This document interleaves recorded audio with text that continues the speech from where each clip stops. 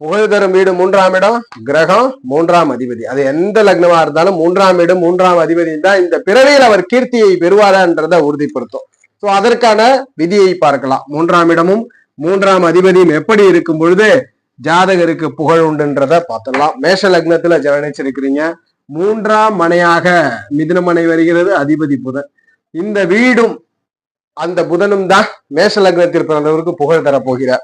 என்னதான் லக்னத்திற்கு அவயோகி என்றாலும் சொன்னாலும் கூட மேஷ லக்னத்தில் பிறந்த ஒருவர் இந்த பூமியில தான் செய்யும் வேலையாகட்டும் எந்த ஒரு நிலையிலாவது பிறரால் புகழப்பட வேண்டும், பிறரால் அங்கீகரிக்கப்பட வேண்டும். அரசியல்ல இருக்கிறவங்களுக்கு இது ரொம்ப ரொம்ப முக்கியம். கலைத்துறையில இருக்கிறவங்களுக்கு இது ரொம்ப ரொம்ப முக்கியமான ஒரு அமைப்பு.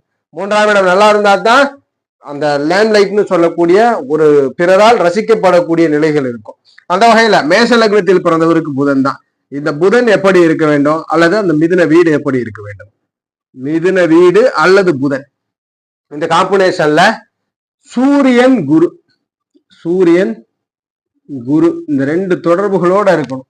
சூரியன் குரு தொடர்புகளோட அந்த புதனும் 3ஆம் இடமும் இருந்து விட்டால் மேஷ லக்னத்தில் பிறந்தவர் புகழ் பெறுவார். எப்பொழுது புகழ் பெறுவார்? குருவோடு தொடர்பு, சூரியனோடு தொடர்பு கொண்ட தசாபுத்தி அல்லது குரு சூரிய தொடர்பு கொண்ட தசாபுத்தி காலகட்டங்களிலே மிதுனமனை அல்லது புதனோடு தொடர்பில் இருந்து தசாபுத்திகள் வந்தால் மேஷ லக்னக்காரர்கள் புகழ் பெறுவார்.